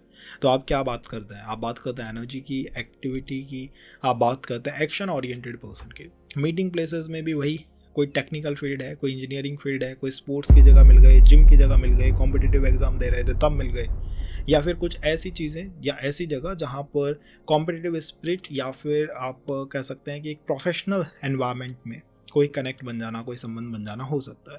अब आप ये देखिएगा, जैसे मान लीजिए आपका दारा कारक 6th में बैठा है, तो आपसे लोगों ने कहा होगा कि आप ऑफिस में मिल सकते हो, आप ऑफिस के अंदर मिल सकते हो, आप मिल सकते हो इन द, आप कह सकते हैं कि hospital and all, cause 6th house उसको भी रिफ्लेक्ट करता है। और इसी के साथ साथ 6th हाउस आपका रिफ्लेक्ट करता है सर्विस जोन को, मतलब आप कहीं सेवा देने गए हो, कोई टेम्पल है, कोई गुरुद्वारा है, वहाँ भी कोई कनेक्ट बन सकता है। बट अगर हम नक्षत्र देख लेंगे यार वो मंगल के नक्षत्र में, तो हम ये बात उससे कह देंगे कि मंगल मीन्स फाइटिंग स्पिरिट। तो मान लीजिए आपके ऑफिस के अंदर एकदम से प्रमोशन की बात आ गई कि प्रमोशन की वेला आ गई है, आप प्रमोशन की बात करो, तब कोई संभावना है कि आप एकदम से कनेक्ट करें, एकदम से मिल जाए, एकदम से कोई संबंध बन जाए। या आप एनवायरनमेंट के अंदर फाइटिंग स्पिरिट की बात करते हैं, कोई हम एग्जाम फाइट कर रहे हैं, तब किसी व्यक्ति के साथ मिल गए, तो मंगल या नक्षत्र उसको सब लेवल पे डिफाइन कर देता है कि इससे भी ज़्यादा या इससे भी गहरी इसके अंदर और क्या एडिशनल इन्फॉर्मेशन या बात हो सकती है। अब मैं ये कहूँ कि स्पाउस के स्पेशल फीचर्स के अंदर वो एथलेटिक बॉडी वाला दिखाई देगा, स्ट्रॉन्ग बॉडी वाला दिखाई देगा, पर्सनालिटी बहुत डायरेक्ट होगी, ये मंगल के नक्षत्र के गुण है, चाहे वो नक्षत्र कोई सा भी हो। बट हर नक्षत्र अपने आप को अलग तरीके से ऑपरेट करवाता है, वो कहता है कि मैं अलग तरीके से ऑपरेट करता हूँ। अगर मैं बात करूँ मृगशिरा नक्षत्र की, तो मृगशिरा का मतलब होता है सर्च करना, नए नए ऑप्शंस की तलाश करना। 7th लॉर्ड मृगशिरा में हो सकता है आप मल्टी ऑप्शंस की तलाश करते रहते हैं, एक प्रपोजल आया, 2 प्रपोजल आए, आपको खुशी नहीं मिल रही, आप एस्ट्रोलॉजर से कह रहे हो क्या बात कही थी तुमने कि मैरिज हो जाएगी, मुझे तो प्रपोजल ही नहीं आ रहा, जबकि 2 प्रपोजल आपके पास है। क्योंकि मृगशिरा ऑपरेट इस पर्सपेक्टिव में करता है कि एक से काम नहीं बनेगा, मुझे तो कई सारे प्रपोजल आ जाएं और तब मैं अलग अलग ऑप्शंस की तलाश करूं, देखूं, उन्हें समझने की कोशिश करूं। नेम लेटर्स में हम आते हैं, जो कि मेन काम है इस सेशन का। तो नेम लेटर्स में मृगशिरा नक्षत्र के जो नेम लेटर्स हैं वो कौन कौन से हैं? ए, वी एंड के मेन है। सेकेंडरी नेम लेटर्स हैं जे, पी एंड ओ, ये सेकेंडरी लेटर्स हैं। अगर हम मृगशिरा नक्षत्र की बात करें तो ये मृगशिरा नक्षत्र क्या करेगा? आपके स्पाउस को क्यूरियस बनाएगा, यूथफुल बनाएगा और कांस्टेंट एक्सप्लोरिंग नेचर। ये केवल आपके स्पाउस का नहीं है, जैसे ही आप आपके स्पाउस के बारे में बात करते हो, मैरिज के बारे में बात करते हो, ये आपका भी हो जाता है, आपके बिहेवियर का भी इनहेरेंट पार्ट बन जाता है कि भैया मैं भी जो है बहुत क्यूरियस हूँ, बहुत जिज्ञासु हूँ, जानना चाहता हूँ। पर्सनालिटी को एक्टिव कर सकता है, थोड़ा रेस्टलेस भी बना सकता है। मैरिज की स्ट्रेंथ आप क्या कहेंगे? इंटेलिजेंस है एंड कितना आप एडेप्ट कर जाते हैं। इसीलिए रिलेशनशिप में एक फ्रेशनेस हमेशा यहाँ बनी रहती है। और चैलेंज क्या है? आप खुद सोच के देखो कि अगर आप दिन रात ऑप्शन ही तलाश करते रहो तो क्या होगा? मल्टी ऑप्शन है तो डिसीजन मेकिंग ही नहीं हो रही, समझ नहीं आ रहा कौन सा सही है कौन सा गलत है। और दूसरा, मैं रेस्टलेस फील करता हूँ सब, मैं इमोशनली जो ड्रेन फील करता हूँ, एग्जॉस्ट फील करता हूँ, डिसीजन मेकिंग नहीं कर पा रहा हूँ। ये 3-4 मेन कंसर्न इस नक्षत्र के होते हैं। तो अगर आप ऐसे किसी फेज में हैं और अपने किसी प्लैनेट को दोष दे रहे हो तो मंगल को देखो। मंगल अगर आपका एफ्लिक्टेड है, रेट्रो है, कंबस्ट है, तो इनको नोट डाउन कर लो, ये परेशानियां रहेंगी। और अगर नहीं है तो ये परेशानियां नहीं होनी चाहिए। अगर आपको यही परेशानी है तो मंगल रिलेटेड रेमेडी करो, जैसे हनुमान जी के टेम्पल विजिट करना शुरू करा, सुंदरकांड पाठ करना शुरू करा, एंड यू विल फील कि वो जो ऑप्शन सर्च थी ना वो मेरे माइंड से खत्म हो गई। इवन आपके साथ नहीं, आपके घर में भी जैसे आप अपने स्पाउस की बात करोगे ये चीज़ें होंगी, नए नए ऑप्शंस की तलाश की जाएगी, नई नई चीज़ों के बारे में सोचा जाएगा। मैंने तो ऐसे ऐसे लोग देखे हैं 7th लॉर्ड इन दिस नक्षत्र, मैरिज की बात हो रही है, वो नया घर तलाश करने चले गए कि इस घर में नहीं रहेंगे, दूसरे में रहेंगे, जबकि मैरिज नहीं हुई है अभी तक। और ये इस नक्षत्र को ऑपरेट करने का बिहेवियर है, तरीका है। अगर हम बात करें चित्रा की, तो चित्रा नक्षत्र के जो मेन लेटर्स हैं वो कौन कौन से हैं? वो हैं R, T and P, and secondary letters हैं एस एंड एन। ये सेकेंडरी लेटर्स है। सेवंथ लॉर्ड किसी का चित्रा में हुआ तो स्पाउस की फिजिकल अपीयरेंस नोटिसेबल होगी ही होगी। चित्रा मीन्स क्या है? चित्रा को अगर हम चित्र कह दें, इमेज कह दें, तो ये इससे क्या पता लगता है? ये शेडो का नक्षत्र है, ये फोटोग्राफी का नक्षत्र है, ये सिनेमैटिक शॉट्स का नक्षत्र है। ये एक ऐसा नक्षत्र है जो अपने लुक्स के बारे में बहुत बात करता है, बहुत। इसीलिए अपीयरेंस को यहाँ पे नोटिसेबल आप कहेंगे ही कहेंगे। मान लीजिए आप मैट्रिमोनियल पे स्क्रॉल कर रहे हो, आपको 4 फोटोज तो दिखाई देती हैं सामान्य, ऐसे कि जैसे किसी ने भी फोटो उठाया और खींच दिया, और एक दिखाई देता है यार ये सिनेमैटिक शॉट ले रखा है, तो वो पर्सन शायद आपके लिए उन 4 से एक बेहतर ऑप्शन बन जाए। सी, इस तरह से आप जितना डीपली जाके उसको देखोगे, उतने नए पॉइंट अपने मैरिज डायनेमिक्स के अंदर इंक्लूड कर पाओगे। तो फीचर्स अगर मैं कहूँ वेल डिफाइंड हैं, या पर्सनालिटी में ये सेंस देखने को मिल सकता है। It is the part of Chitra. इसीलिए कई बार क्या होता है, इनका स्ट्रेंथ जो है वो क्या होती है? वो होता है इनका करिश्मा, क्रिएटिविटी, सिनेमैटिक अप्रोच चीज़ों को लेके। और यहाँ पर प्रॉब्लम क्या होती है? यहाँ पर प्रॉब्लम होती है कि परफेक्ट दिखने के लिए व्यक्ति अननेसेसरी प्रेशर क्रिएट करता है। और जैसा चित्रा के बारे में हम बात करते हैं, शेडो, डार्कनेस, ठीक है, तो कुछ चीज़ें छुपी हुई हैं। ये एक फियर या इनसिक्योरिटी लगी रहती है। मैंने ऐसे ऐसे संबंध देखे हैं जहाँ पर सब कुछ बात एट द एंड सेट हो गई, फिर भी जिसका 7th लॉर्ड चित्रा में है वो ये बात कह रहा है, नहीं यार मुझे अभी भी डर लग रहा है, ये इंसान कुछ छुपा रहा है। बिकॉज चित्रा मतलब अगर रूम के अंदर शेडो हो, डार्कनेस हो, कुछ दिखाई ना दे, तो आप क्या कहेंगे? यार वहाँ भी कुछ हो सकता है, वहाँ पे कुछ है ना, कुछ इंपॉर्टेंट रखा है। ये इस नक्षत्र की बेसिक बात है। इसीलिए अगर किसी मेल का चार्ट है और उसका मंगल एफ्लिक्टेड भी है, कंबस्ट हो गया, रेट्रो हो गया, मतलब कुछ कार्मिक हो रहा है, उसके साथ राहु केतु के साथ है, तो वो क्या कहेगा? मैं इस वजह से वरीड हूँ कि पास्ट में मेरे जीवन साथी के पत्नी के रिलेशनशिप्स रहे हैं। ऑलराइट, तो इस तरह से आप इसको दूसरे पॉइंटों से भी कोरिलेट करने की या कनेक्ट करने की कोशिश करो। अगर हम बात करें अबाउट धनिष्ठा नक्षत्र, तो धनिष्ठा नक्षत्र के मेन लेटर्स में री, ज एंड आई आता है। हिंदी के नेम लेटर्स है, पहले एस्ट्रोलॉजी इंग्लिश में नहीं हुआ करती थी, तो नेम लेटर्स हिंदी के हैं, तो उसमें आप सोचिएगा कि प्रोनाउंस करने में ऐसी ध्वनि निकल रही है क्या। बट बेसिकली री, जी एंड आई ये प्राइमरी है, एंड सेकेंडरी लेटर्स के अंदर डी, ख, जे, बी, एच, भ, वाई एंड एन ये देखने को मिलता है। धनिष्ठा नक्षत्र क्या है? धनिष्ठा नक्षत्र इज ऑल अबाउट एम्बिशंस, मतलब धनिष्ठा, धन की इच्छा, धनिष्ठा सबसे बड़े होने की इच्छा इज वॉट धनिष्ठा इज। तो यहाँ पर हमेशा मैरिज के बारे में वो अचीवमेंट ओरिएंटेड बात होगी। आप अपने स्पाउस को भी देखेंगे कि स्पाउस एम्बिशियस भी है, एनर्जेटिक भी है, एंड एम्बिशन ओरिएंटेड पर्सन है, अचीवमेंट ओरिएंटेड पर्सन है।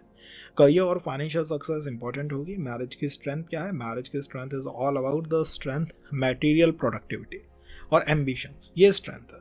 और स्पाउस के साथ मिलके क्या हो सकता है? फाइनेंशियल ग्रोथ क्रिएट की जा सकती है। और चैलेंज क्या है? चैलेंज है करियर को रिलेशनशिप से ऊपर रखना।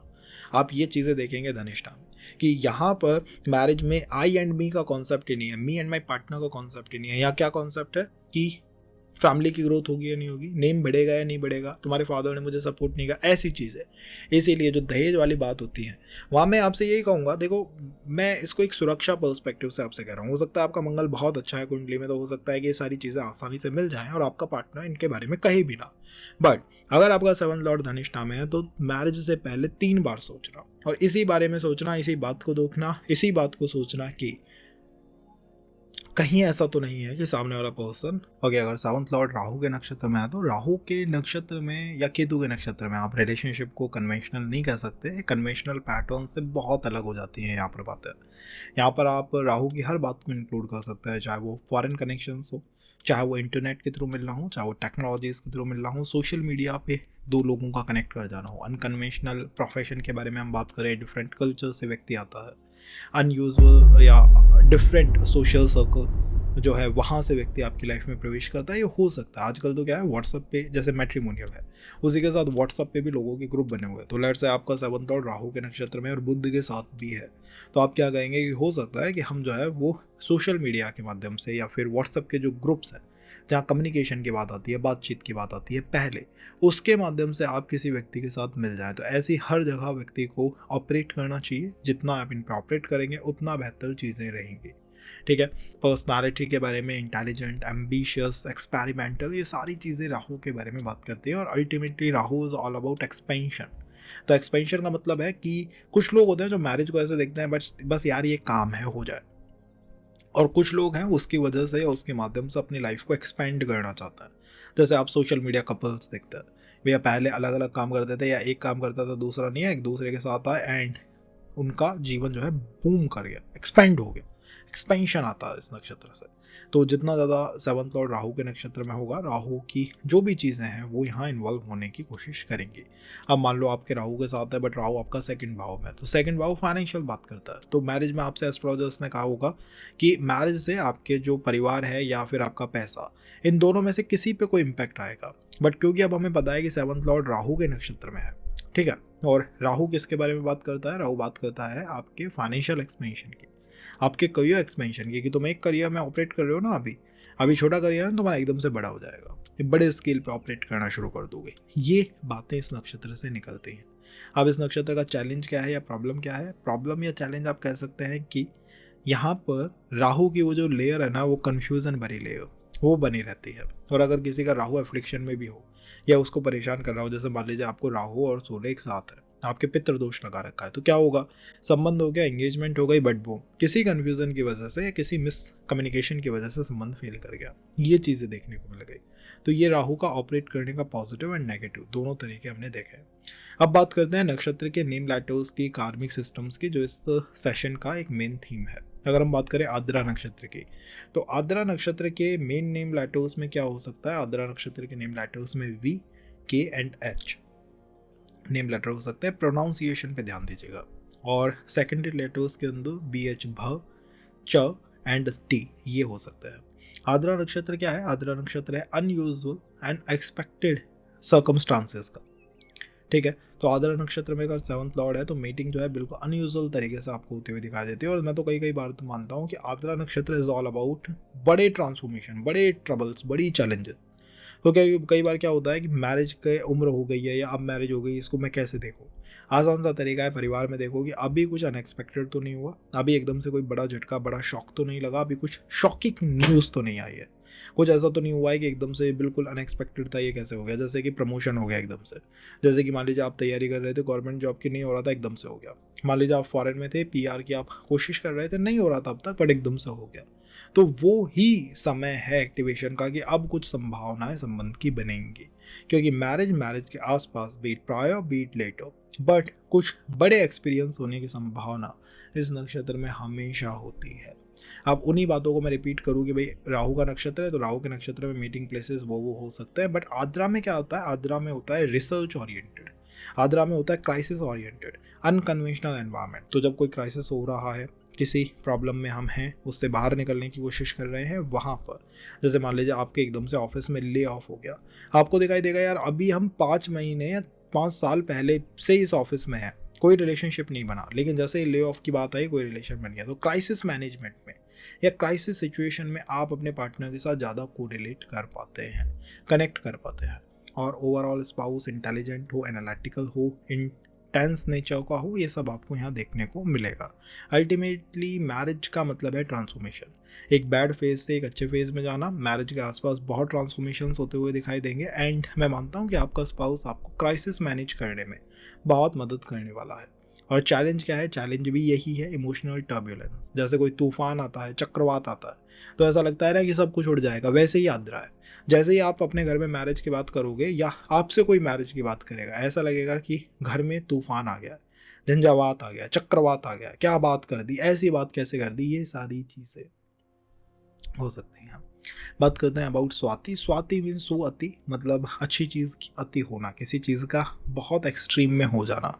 नेम लेटर्स के अंदर स्वाति के नेम लेटर्स हैं टी, आर एंड री, प्रोनाउंसिएशन पे ध्यान देना है। सेकेंडरी लेटर्स हैं G, V and A I. Second Swati नक्षत्र में होगा तो क्या है? स्पाउस इंडिपेंडेंट होगा, सेल्फ मेड पर्सन होगा, फ्रीडम लविंग पर्सन होगा। फॉरेन कनेक्शन हो सकते हैं, बिजनेस हो सकता है, इंटरनेट, ट्रैवल, इन सब माध्यमों से मीटिंग की संभावना है। और मैरिज की जो स्ट्रेंथ है वो भी म्यूचुअल फ्रीडम के ऊपर है। इंडिकेट क्या करता है कि दोनों पार्टनर एक दूसरे को कितनी फ्रीडम देते हैं, इंडिविजुअली मेंटेन करने में कितना स्पेस देते हैं। यही मैरिज को डिफाइन करता है। चैलेंज क्या हो सकता है? चैलेंज जैसे मैंने आपसे कहा था, एक्सेसिव हो जाना किसी भी चीज़ का। तो स्वाति में अगर आपका 7th लॉर्ड है तो कोई भी चीज़ अगर एक्सेसिव हो गई तो आप थोड़ा परेशान फील करेंगे, जैसे कि करियर। ठीक है, मान लीजिए आपका 7th लॉर्ड तो स्वाति में है, बट शनि भी आपका स्वाति में है, या 7th लॉर्ड शनि बन के ही स्वाति में गया है। अब क्या होगा, आपका पर्सन करियर को लेके इतना फोकस्ड या इतना सेंट्रिक हो जाएगा, आपको लगेगा मैंने किसी मैनेजर से शादी कर ली। मतलब अति कर दिया इसने इस चीज़ की, इंटेंसली कर दिया इसने इस चीज़ को। ये एक प्रॉब्लम है, ये एक समस्या है। तो हमने मीटिंग प्लेसेस देखे, चैलेंजेस देखे, गुड पॉइंट्स देखे एंड नेम लेटर्स देखे। इसके बाद कुछ फीचर्स हैं, facial features, looks and all, उनको हम नेक्स्ट सेशन में रखेंगे विद टाइमिंग। इसके बाद चलते हैं स्वाति के बाद शतभिषा। जैसे कि शाहरुख खान के चार्ट में 7th Lord is in Shatabhisha नक्षत्र। तो शतभिषा के मेन लेटर्स क्या हैं? G, S and I, and secondary letters क्या है? E and T। ये मेन एंड सेकेंडरी लेटर्स है। 7th लॉर्ड शतभिषा में होगा तो स्पाउस शुरू में मिस्टीरियस लग सकता है, बिकॉज शतभिषा मीन्स आप समझ सकते हैं कि 100,000 आईज जिस नक्षत्र की हों तो वो कितना मिस्टीरियस लगता है। अगर हम बात करें मिलने के तरीके की, तो मैं मानता हूँ शतभिषा में जनरली आप एक friend circle, social network circle, इन जगह से ज़्यादा मिलता है। तो अब तक जहाँ पर हम बात कर रहे थे केवल मैट्रिमोनियल की, यहाँ पर हम बात करेंगे ग्रुप चैट की, किसी मैरिज ग्रुप की। मतलब जहाँ पे भी ग्रुपिंग की बात आती है, जहाँ पर फ्रेंड सर्कल की बात आती है, जहाँ पर बहुत सारे लोग एक साथ इन्वॉल्व हो जाते हैं, वहाँ से संबंध बनना बहुत आसान हो जाता है। 7th लॉर्ड शतभिषा नक्षत्र में है, मैरिज नहीं हो रही है, एक काम करो कि अपने दोस्त के घर आना जाना शुरू करो और सब दोस्त मिलके एक क्लब बना लो, एंड यू विल फील कि after making a club even in office, जैसे कि मान लो किसी ने कहा है कि आपका डी के 10th हाउस में, तो डी के 10th हाउस क्या कहता है कि भाई ऑफिस से कोई पार्टनर मिलेगा, लेकिन 7th लॉर्ड का शतभिषा में होना बताता है कि तब मिलेगा जब आप ऑफिस में कोई क्लब बनाते हैं, ऑफिस के किसी प्रीमियम क्लब को ज्वाइन कर लेते हैं, तब आप अपने जीवन साथी के और करीब आते हैं। Got it. अब कोई कहे कि मैरिज की स्ट्रेंथ क्या है, तो मैरिज की स्ट्रेंथ यही है। मैरिज की strength is all about emotional intelligence होगी, हीलिंग क्वालिटीज़ होंगी, ये सब मैरिज की स्ट्रेंथ है। और चैलेंजेस क्या हैं? चैलेंजेस हैं ओपनिंग, अपने आप को एक्सप्रेस कर पाना। आपको 7th लॉर्ड शतभिषा में देखने को मिलेगा कि सामने वाला लुक में बहुत मिस्टीरियस है। कई बार तो मैंने देखा है लुक में पर्सन के फेशियल फीचर्स ऐसे होता है, बहुत मिस्टीरियस, बहुत इंटेंस दिखाई देता है। I am not saying colour wise fair, I am saying intensely attract करने वाला पुल होता है। 7th लॉर्ड इन जुपिटर्स नक्षत्र। देखिए जुपिटर हर चीज़ को डिफाइन करने वाला प्लानट है। वो टीचिंग को, एजुकेशन को, फिलॉसफी को, हर उस चीज़ को डिफाइन करता है जो कि इंटेलेक्चुअल कैपेसिटी में होती है। यहाँ पर जनरली मैरिज के अंदर भी हमें intellectual attraction is what we seek, we like and we appreciate. समाज का मेन प्लानट है, इस वजह से अरेंज मैरिजेस को जनरली रिफाइन करता है, डिफाइन करता है। एंड अगर आपका Jupiter let's say 7th Lord Jupiter के नक्षत्र में है, बट जुपिटर खुद कंबस्ट है, रेट्रो है, 6ठे भाव में, 8वें भाव में है, इन 2 हाउसेज में हो या इन 2 कंडीशंस में हो, तो arrange marriage versus love marriage, इनके क्वेश्चंस को सामने ले आता है। जनरली जुपिटर इम्पैक्ट क्या करता है? ये इम्पैक्ट करता है एक्सपेंशन को, ग्रोथ को, स्टेबिलिटी को। तो आप मैरिज से ये 3-4 चीज़ें मांग सकते हैं कि भैया हाँ, मैरिज के आफ्टरवर्ड भाग्य ग्रोथ हो सकती है, फाइनेंशियल ग्रोथ हो सकती है, मैरिज काफ़ी स्टेबल हो सकती है, क्योंकि जुपिटर का हर नक्षत्र इन चीज़ों को प्रिडिक्ट करने में या इन चीज़ों को इंडिकेट करने में आपकी मदद करता है। बट इसका और दूसरे नक्षत्रों का बेसिक डिफरेंस क्या है? जहाँ दूसरे नक्षत्र ऑपरेट करते हैं इंडिविजुअल लेवल पे, 2 लोग मिले और उन्होंने अपने बारे में कुछ सोचा। जुपिटर इस तरह का प्लैनेट नहीं है। जुपिटर कहता है कि समाज, सोशल वैल्यू, सोसाइटी, ये भी इंपॉर्टेंट रोल प्ले करेंगे दिस वे और दैट वे। हो सकता है ये आपका सपोर्ट कर रहा है, जैसे आपने चार्ट मैचिंग कराई एंड चार्ट मैचिंग में सब कुछ ठीक आया, आपकी फैमिली का, आपके कोई भी एल्डर है, उन्होंने आपको मंजूरी दे दी, अगर आपका जुपिटर अच्छी कंडीशन में। बट अगर मान लो वो कंबस्ट है, रेट्रो है, या 6 या 8 हाउसेज के अंदर है, तो आप ये देखेंगे कि ये चीज़ें आई लेकिन इन चीज़ों ने आपकी मदद नहीं करी। जैसे चार्ट मैचिंग में ही दिक्कत आ जाती है, कास्ट कल्चर के इश्यूज आ जाते हैं, सेम बिरादरी का पर्सन नहीं है, फैमिली का हमें सपोर्ट बहुत नहीं मिल पा रहा है, तो वो चीज़ प्रेजेंट होगी, लेकिन अच्छा आपका सपोर्ट करेगी या आपको अपोज करेगी, डिपेंड करता है जुपिटर की कंडीशन पे ओवरऑल। 3 नक्षत्र हैं। पुनर्वसु नक्षत्र के बारे में बात करते हैं, तो 7th लॉर्ड इन पुनर्वसु नक्षत्र। नेम लेटर्स क्या हो सकते हैं? Name letters H, K and D, ये मेन नेम लेटर्स है, एंड सेकेंडरी लेटर्स के अंदर M, Y एंड D, ये भी हो सकते हैं। 7th लॉर्ड पुनर्वसु में होगा तो Punarvasu is all about reconstruction, rebuild करना, मतलब वापस से चीज़ों का ठीक होना। इस वजह से spouse positive, forgiving and relationship को रिपेयर करने वाला हो सकता है। आपको लगता है कि भाई मैं एक ट्रॉमा से उभर रही हूँ, सेवंथ लॉर्ड आपका पुनः वसु नक्षत्र में गोना फील कि अगर आप किसी भी ट्रॉमा में, चाहे वो फाइनेंशियल हो, सोशल हो, करियर वाइज हो, रिलेशनशिप वाइज हो, your partner going to help you rebuild your life. तो रिलेशन लाइफ को रिपेयर करता है, रिबिल्ड करता है, मदद करता है आपकी। मैरिज की स्ट्रेंथ क्या है? फॉरगिविंग नेचर, रीबिल्डिंग नेचर, कि हम दोनों मिलके किसी भी डिफ़िकल्ट फेज में या डिफ़िकल्ट टाइम के अंदर सर्वाइव भी करते हैं और हम एक दूसरे के साथ मिलके चीज़ों को, बिगड़ी चीज़ों को बेहतर या बनाने की कोशिश भी करते हैं।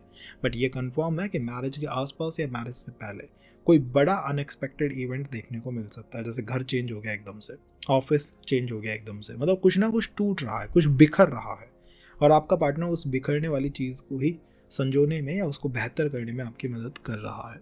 चैलेंज क्या है? चैलेंज है मैरिज को या स्पाउस को आइडियलाइज कर देना। ये सबसे बड़ी चैलेंज या ट्रबल है। बात करते हैं विशाखा नक्षत्र की। तो विशाखा के नेम लेटर्स आर री, RI, T एंड I। ये नेम लेटर्स है, प्रोनाउंसिएशन पे ध्यान देना। एंड सेकेंडरी नेम लेटर्स हैं N, Y, भा, BH, J एंड खा, KH। सेवंथ लॉर्ड अगर आपका विशाखा में होगा तो Vishakha means dual branches. Spouse highly goal oriented या फिर एम्बिशियस आपको दिखाई देगा। मैरिज की स्ट्रेंथ क्या है? डिटरमाइंड होना, डिटर्मिनेशन उसकी स्ट्रेंथ है। दोनों मिलके बड़े गोल अचीव करना चाहते हैं। और चैलेंज क्या है? चैलेंज है कंपटीशन। जैसा मैंने कहा कि ये नक्षत्र जो है विशाखा, डुअल शाखास, तो इसमें क्या होता है, दोनों के बीच में कंपटीशन भी हो सकता है और दोनों मिलके एक गोल को अचीव करने की कोशिश भी कर सकता है। तो यहाँ पे सबसे बड़ी ट्रबल क्या है या सबसे बड़ी स्ट्रेंथ क्या है? वो है गोल को फिक्स करना। दोनों के अगर अलग अलग गोल हो गए, आप अपनी फैमिली के लिए पच रहे हो, सामने वाला अपनी फैमिली के लिए पच रहा है, तो मैरिज फेल करेगी। इसीलिए कई बार क्या होता है कि ये नक्षत्र डुअल मैरिज पॉसिबिलिटी लाता है। एक रिलेशन पहले फेल करा देगा, फिर उसी तरह का रिलेशन, उसी पैटर्न का, उसी तरह के व्यक्ति से आपको मिलवाएगा और आप देखेंगे यार ये तो पैटर्न रिपीट कर रहा है, ये तो सारी वो बातें हो रही है जो पहले भी हुई थी। ये इस नक्षत्र में, रिपीटेशन इस नक्षत्र में। Got it. बात करेंगे फेशियल फीचर्स की इन द नेक्स्ट सेशन। अब बात करते हैं अबाउट पूर्वा भाद्रा। तो पूर्व भाद्रा के मेन नेम लेटर्स क्या हैं? S, D and G। Secondary letters are ख and K. Seventh lord Purva Bhadra में है तो स्पाउस डीप थिंकर है, फिलोसॉफिकल नेचर है पर्सन का, और पर्सनालिटी भी आप इंटेंस कहेंगे, सीरियस कहेंगे। आप कहेंगे कि कहीं ना कहीं spirituality, philosophy, research, higher knowledge, इनसे एक अच्छा खासा संबंध है इस व्यक्ति का। मैं मैरिज की स्ट्रेंथ को भी डीप इंटेलेक्चुअल कनेक्शन या स्पिरिचुअल ग्रोथ के ही आसपास देखता हूँ। और सबसे बड़ा चैलेंज क्या है? एक्सट्रीम थिंकिंग, अपने आप में एक बहुत बड़ी समस्या है। यहाँ पर क्या हो सकता है? यहाँ पे हो सकता है कि छोटी छोटी बातों को भी बहुत डीप या फिलोसॉफिकल तरीके से हम सोचते हैं। मैरिज को, जैसे ही मैरिज की बात होती है पूरा परिवार सीरियस हो जाता है। जैसे ही आपके स्पाउस की बात होती है सब सीरियस हो जाते हैं, बहुत डीपली सोचते हैं, इतना डीपली सोचते हैं कोई एक्शन ही नहीं लेता। इतना डीपली सोच रहे हैं, सब चीज़ों को सोच रहे हैं, लेकिन कोई मैट्रिमोनियल पे कोई पॉइंट ही नहीं बना रहा। मतलब एक्शन ओरिएंटेड नहीं, सोचना ओरिएंटेड। इस वजह से इस नक्षत्र में, जनरली इस नक्षत्र में मैं डीले केवल इस कारण से देखता हूँ कि एक्शन ओरिएंटेड नहीं हो पाते हैं हम, इसका ध्यान रखिएगा। बात आती है अबाउट शनि के नक्षत्र। तो शनि के नक्षत्र क्या है? ये रिलेशनशिप में रिस्पॉन्सिबिलिटी लाते हैं, पेशेंस लाते हैं, और long term commitment, long term manifestation, ऐसी चीज़ें लाते हैं। कहीं ना कहीं मीटिंग जो है वर्क प्लेस, इंस्टीट्यूशन, आप कह सकते हैं कि एक प्रोफेशनल एनवायरनमेंट में सीनियर पीपल इन्वॉल्वमेंट तब होती है। और नक्षत्रों में और इस नक्षत्र में या इस प्लानट में बेसिक डिफरेंस क्या है? जहाँ और नक्षत्र बात करते हैं केवल ग्रोथ की, ये नक्षत्र बात करता है कार्मिक सिस्टम पे भी, कार्मिक चीज़ों के बारे में भी। ये नक्षत्र बात करता है रिस्पॉन्सिबिलिटी की, कमिटमेंट की, लॉयल होने की, मैच्योर होने की, एक मैच्योर आउटलुक की।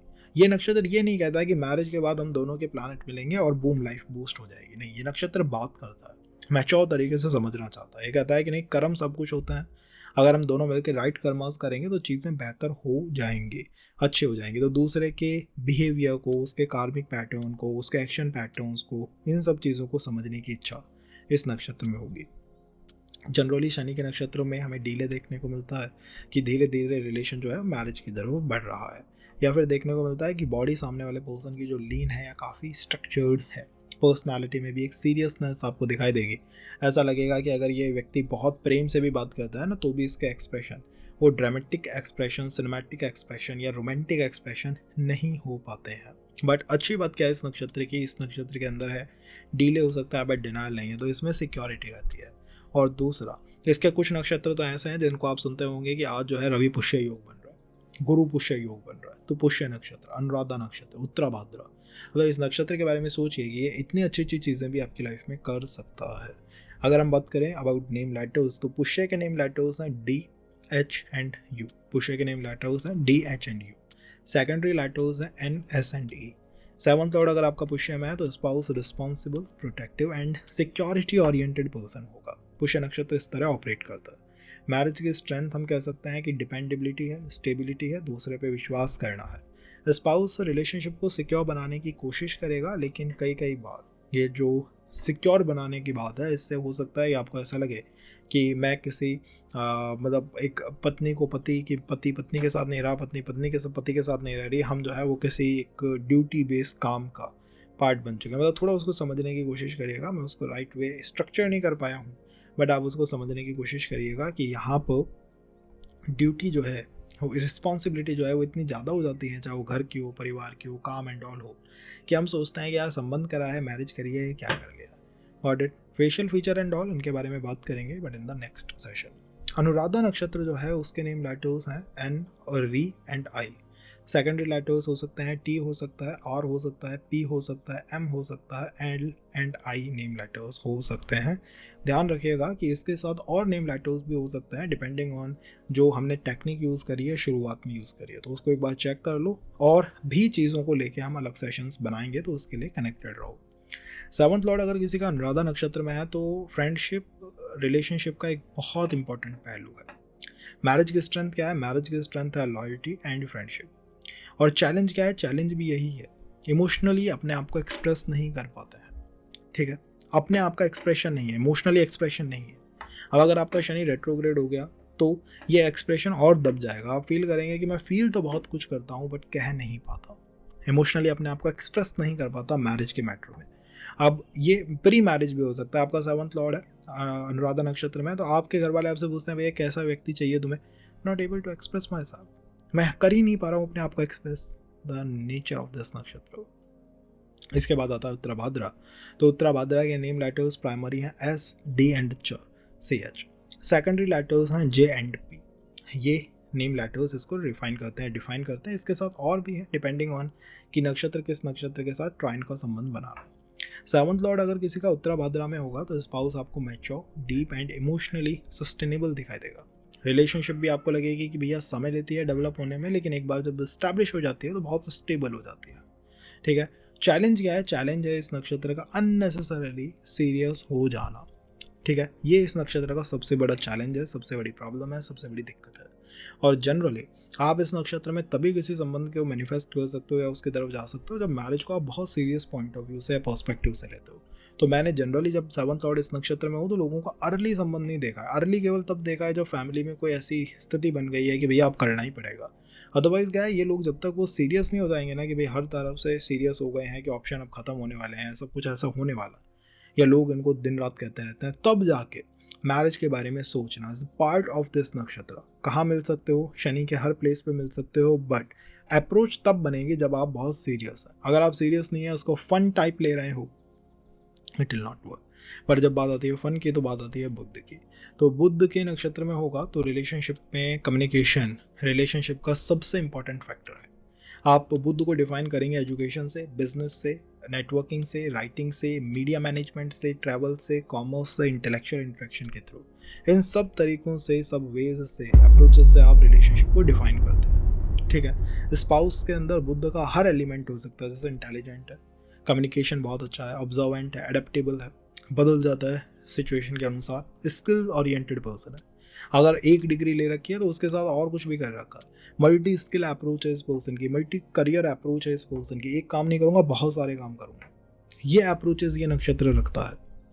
ठीक है, इनके बारे में आप थोड़ा सोचिएगा। मैरिज की स्ट्रेंथ क्या है? वही है मेंटल कंपैटिबिलिटी, कि कितना आपका पर्सन ईजीली कम्युनिकेट करता है, बातचीत करता है, कितने स्किल्स में वो माहिर है, कितना जॉली नेचर है उसका, ये उसको डिफाइन करता है। जितना वो सीरियस है, जितना वो ओवर थिंक करता है, जितना वो डिसीजन नहीं ले पाता, छोटी छोटी चीज़ों के बारे में दिन दिन भर सोचता है, रात रात भर सोचता है, बट डिसीजन मेकिंग नहीं कर पाता। ऐसा मैं डिसीजन नहीं ले पाऊंगा, मैं सोचूंगा ही सोचूंगा, ये सबसे बड़ा चैलेंज है।